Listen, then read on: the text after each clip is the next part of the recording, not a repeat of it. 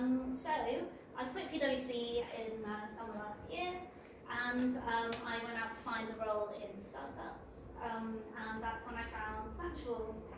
And so I can tell you a bit about Matchable in a bit, but basically I joined as the founder in January. So Matchable is actually a startup that came out of the Good Lab, which was an initiative that came out of Good Innovation, which I'm sure Andrew will talk about a bit more, maybe.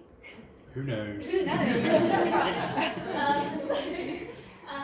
What it was is, I'll give my overview, which is it was a 3-year kind of incubator project between 8 of the UK's larger charities, well now 8, previously 12, so the ones that you see there.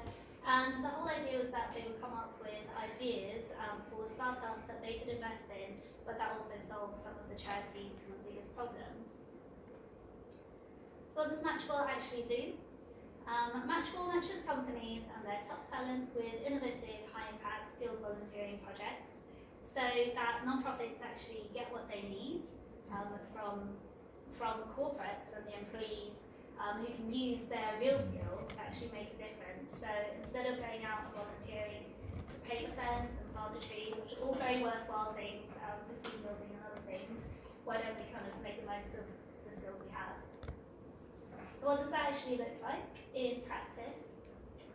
Sorry, the font on my slides has gone a bit funny, but anyway, we'll continue. We made a match with the British Red Cross and Ashairs, the lawyers, so they were looking at legalising cryptocurrency as a form of donation.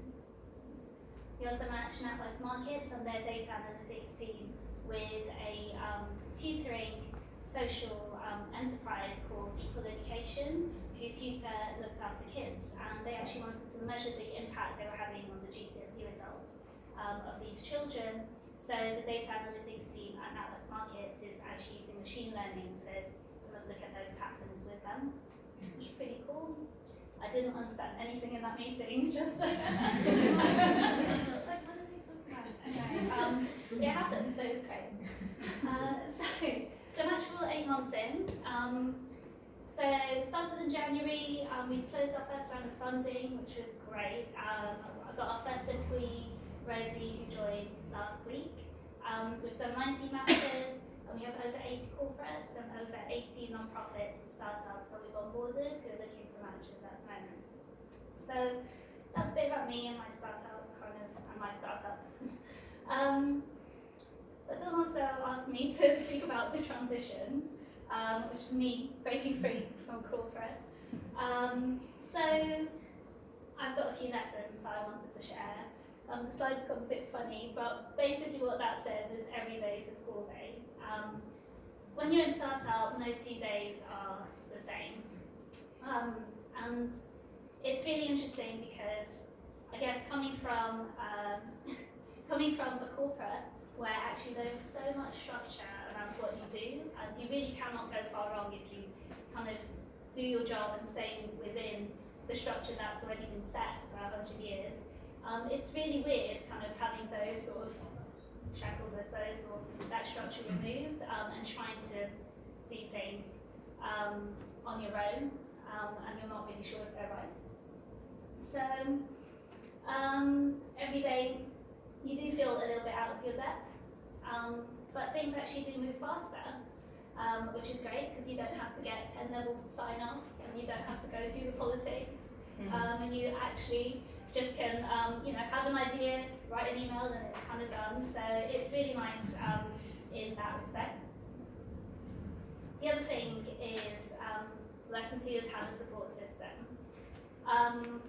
I think it's really important actually, especially as a solo founder, it can be really lonely, and you are actually the only person working on something that may or may not work, and you're often not sure if it's right, and lots of other people will also have loads of opinions on what you're doing. So actually having people around you who will either listen or be your cheerleaders, I found really essential. My other half is here and he listens a lot to all the things that I kind of tell him at the end of the day, which makes such a big difference, just to kind of debrief and consolidate a lot of the stuff. that you're doing. And because so many people will actually say, you know, I'm not really sure your idea is right, or you know, they'll say, oh, maybe you should do it this way. It's actually nice to have people who are just cheerleaders, so just people who will be like, you know, don't worry, go for it, you've got this, you're a legend, you know, that kind of stuff. You know, regardless of whether or not you're doing okay. So, lesson 3. Don't be afraid to share ideas. This is one of my more recent learnings, actually, because I've come across so many people who have loads of ideas, and actually it's great to have such a big vision, but sometimes they'll say, oh, I'm not sure I want to share it with other people because they might be critical of my idea, or I don't want to share it because they're going to steal it and do it themselves. The reality is actually that most people won't be as passionate as you about your own idea, and you know, will they actually go away and make the effort to actually go and build your startup? Probably not.